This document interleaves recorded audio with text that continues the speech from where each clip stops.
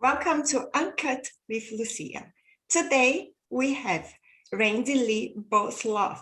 She's an advocate for mental health, a mom, and also a competitive kickboxer. So welcome, Randi-Lee. Thank you. Glad to be here. Yeah, it's my pleasure to have you here. So tell us a little bit more about you. Like you said, I'm a mom, so I have two teenagers, and I'm also a grandma, two of 1-year-old, sweet little boy. I have four cats and two dogs. I went to school originally for community and justice services. I worked in social services for about 6 years, and then I started doing my own thing, doing some personal training and becoming an author. So I published my first book in 2017. And from there, I was like, this is awesome. So then I just kept going. And 4 books later, we're here. Wow, you've been doing so many things and accomplishing a lot. And I'm curious to know why you chose kickboxing. So it was like 10 years ago, we put our youngest into jujitsu. And he was having a great time there. While the jujitsu class was going on, there was a fitness kickboxing class over like on the other side of the gym. And the ladies there just looked like they were having so much fun. And I was like, I want to try that. So I went and I tried it. And like, this is so much fun. And then I started doing the like the regular adult classes and sparring with people. And I was like, you know what? I'm going to try this. I'm going to get in the ring and I'm going to try this. And I did. And years later, I am still doing it. And now I'm also coaching. Wow, that's amazing. And I have a question for you. How many calories can we burn in 1 hour class? Oh my, that is a good question. Around, you don't have to say exactly. Around. That is a tricky question. A lot? Could that be the answer? A lot, at least a lot. 100, I believe so. Yeah. Yeah, it's a lot. And it really depends on how each person's body is different, right? And it depends on how much you're pushing yourself. I can take a class and just kind of be there, or I can take a class and I could be drenched in sweat. So you have to push yourself. Yeah, and I believe that it must be very intense and also so good, like to be like yeah, it's so stress relieving. Hitting and kicking. It's amazing. Yeah. I think we forget our problems when we are doing such a kind of exercise as well. Yes. Yeah, you kind of zone everything else out and you're just in the moment with the bag or the person, whatever it is that you're hitting. And are you a competitive person? Yes, everything's a competition. Not in like a bad way, but like even me and my husband at Christmas time will compete who gets the better present. And it just kind of makes things a little more interesting, a little more fun. Yeah, I believe so. And I am also very competitive. I compete for everything. Yeah. And talking about competitivity, our field is very competitive. And that's why I believe we need to help each other. And we came up with the idea of the Uncut, because here we can put our voice and we can show our face and our emotions as well. So how did you adjust yourself with the competition in the writing world? Yeah, that's an awesome question. And it really is a competitive industry, but at the same time, there's enough people around that will read a variety of books, right? You don't just pick up one book and that's the only book that you read for your whole life. So getting to know other authors is huge, especially authors that kind of write the same type of book, because you're both looking for the same customers, the same readers. So if they're going to read one person's book and it's similar to your book, there's a good chance they're going to read it, right? Like I love nonfiction, but I love horror books. And I don't stick to just one author. I'll be like, ooh, this is the horror genre. So I'm going to read all of these books. right? So it's great to help each other out because people are going to read more than one book. There's not even enough time in the day to read as many books as I want. Me too. I wish I could read more than I do. And speaking about books, also, I saw that in December you released your first children's book, The Operation Deck Hall. Yeah? Yes. Yes. And I saw the book and the illustrations. Congratulations. I love the illustrations. Awesome. That's actually my kid that did those. Really? Yes. Wow, that's nice. Wow. So my youngest, Levin, he's an artist, and he does his own business doing art. So I don't get them done for free. I still have to pay him for it. Exactly. But he's saving for college, so it's good. Yeah. Congratulations. And so tell us about your book, this children's book. I know that it's about Christmas time, so go ahead. Yeah, so it's about this little girl who she can't fall asleep. She's too excited on Christmas Eve. And so she gets worried that Santa's not going to be able to stop at the house because Santa only stops if you're sleeping. But of course, we have elf magic and they save Christmas. And in the morning, Christmas appears. So it's a cute story. It's probably, I'd say like 7 to 9 year olds because it is a little bit longer. Kind of like The Night Before Christmas, right? It's a little bit longer, but it doesn't mean that younger kids won't love it too. No, for sure they will. Christmas stories are for everybody. I love Christmas stories. I love Christmas stories and also Christmas movies. Yes. All December, all I watch is Christmas movies. Yeah. And let me ask you something else. Did you have feedback from children? Yes. So actually, my husband, there's some people that he works with and they have younger kids. So most of the people I know, they have teenagers, right? Because you kind of know the same parent age that the age of your kids. So from there, the one little girl, she goes, it was really good, but it was kind of long because she was younger, right? So that attention span's shorter when you're younger. And then the other little girl said, it was really good. I really liked the pictures, but it didn't rhyme.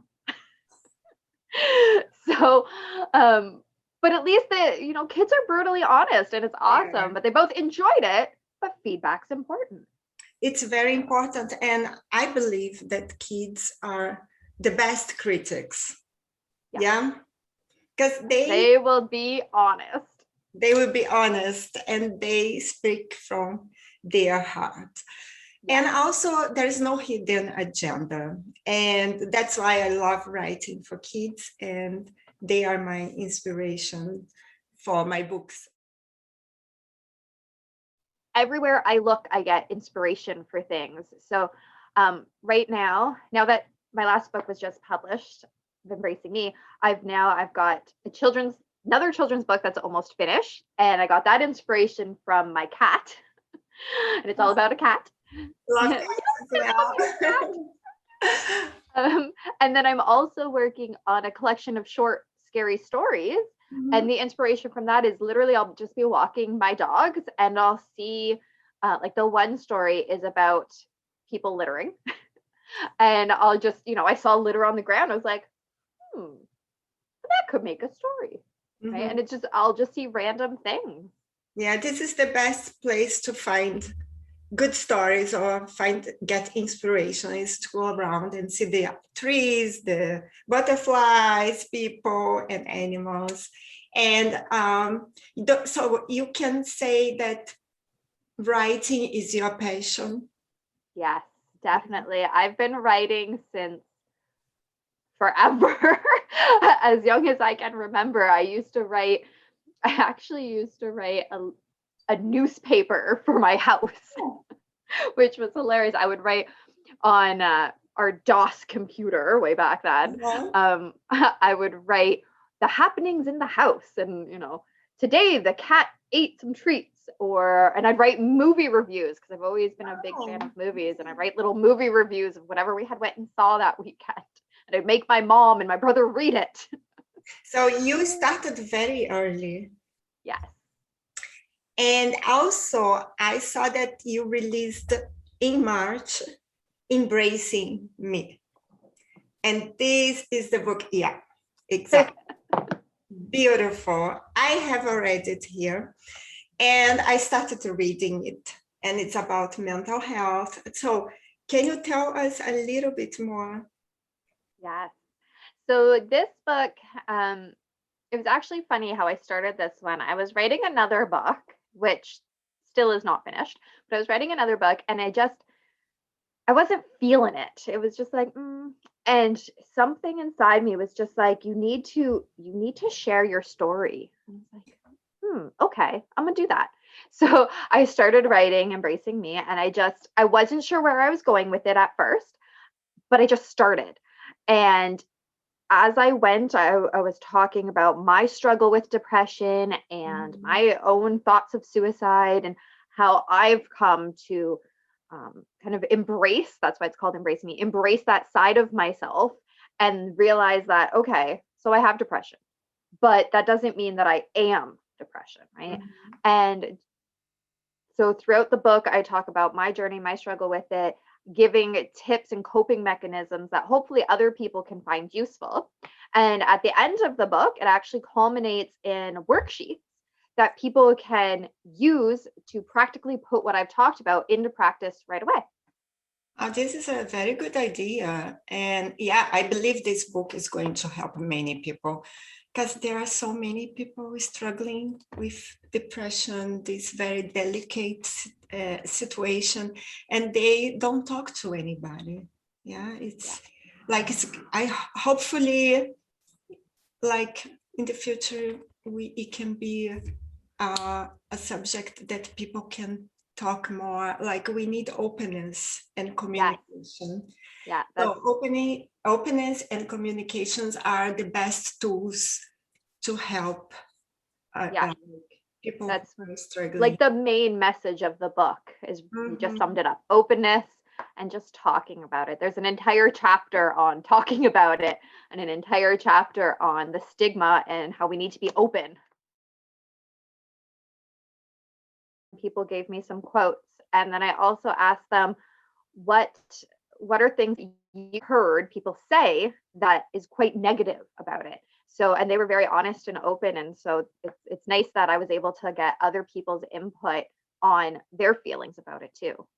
Yeah, and I struggled with panic attacks many years ago, and sometimes I spoke to people and they said, that's nothing, just go to the shopping mall and buy some clothes and you'll be happy. Yeah. No way.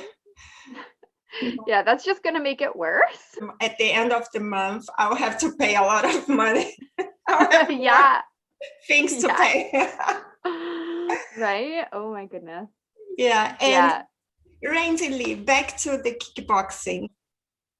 Tell us the feeling of receiving a silver medal in the Pan Am Games. Yeah, so that was in 2016.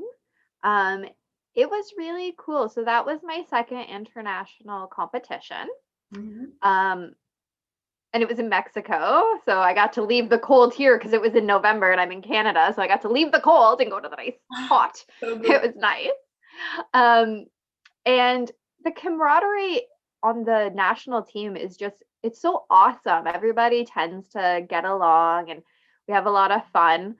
So it was really cool to also, you would meet everybody else from the different areas, and we actually traded shirts. So I traded my Canada t-shirt and I have a Mexico team shirt. So it was just such a nice feeling because everybody, like, you get in the ring, you fight, and then you leave and you shake hands and you're like, cool, that was fun. Yeah, I can't believe so how intensive it must be to be there representing your country and knowing different people.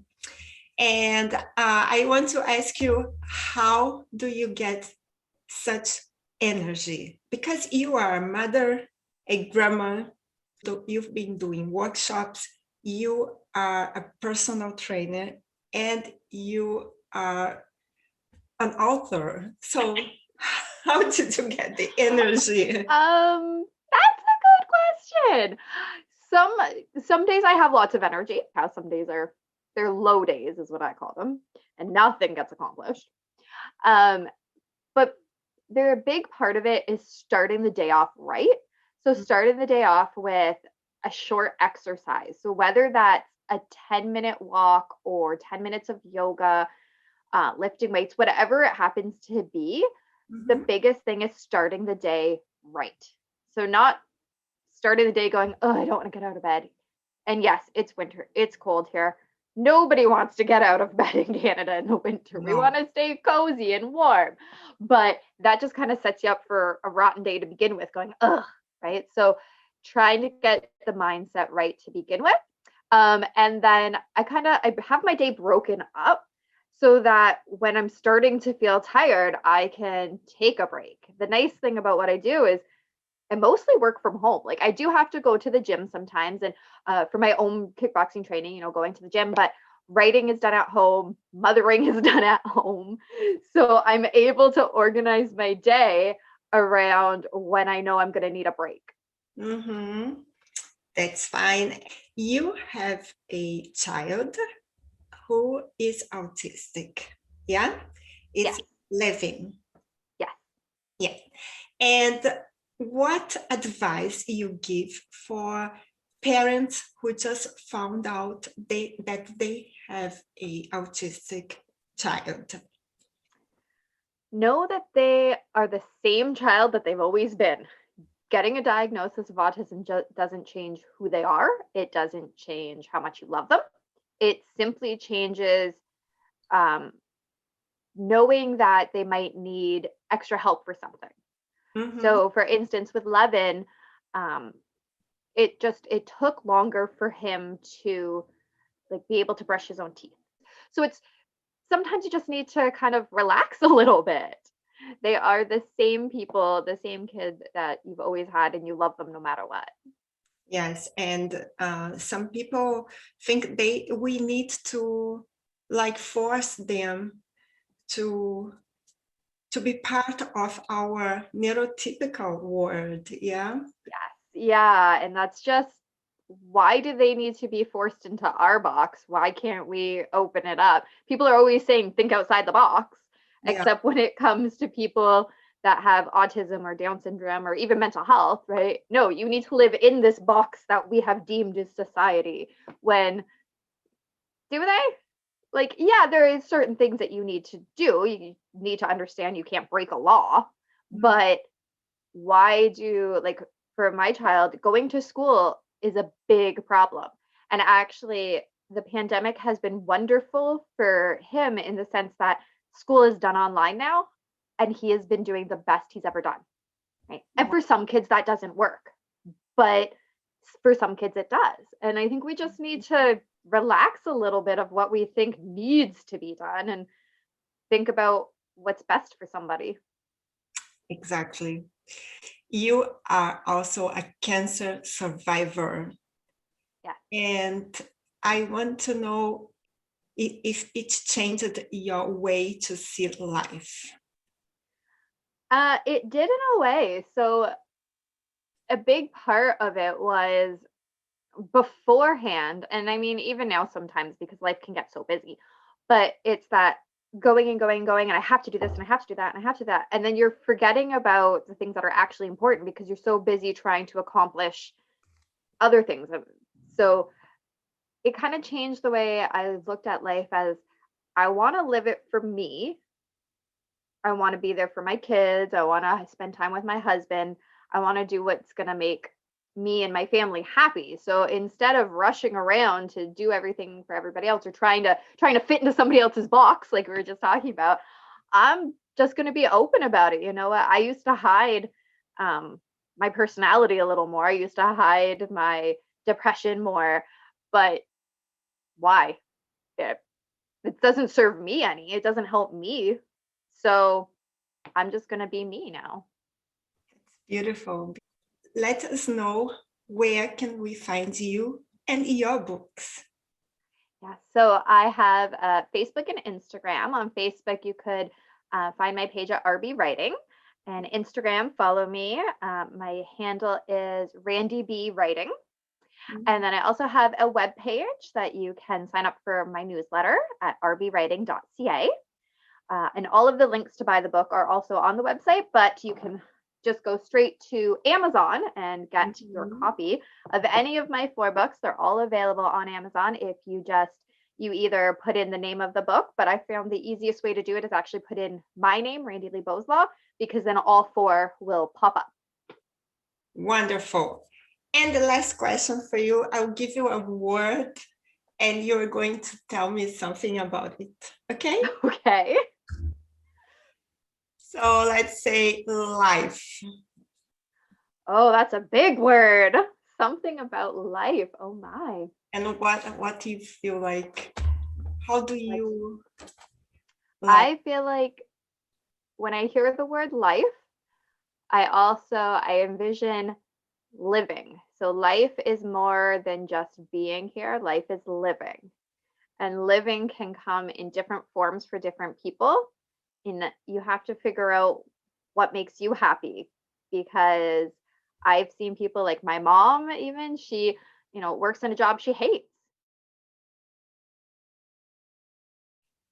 I'm not saying to go quit your job right now, like we've got bills to pay, but what I'm saying is try to find something that can make life a little more fun for you. Find a awesome hobby, or start writing, drawing, whatever makes you feel good and makes life worth living. Very good definition of life. So Randi-Lee, thank you. Thank you very much. You are such an inspiration for us. And I wish you can come back to Uncut with your new book soon, okay? I'll be waiting for you here. And I wish you success for everything you do in your life. Thank you. Thanks for having me. This was so much fun. My pleasure. Thank you very much.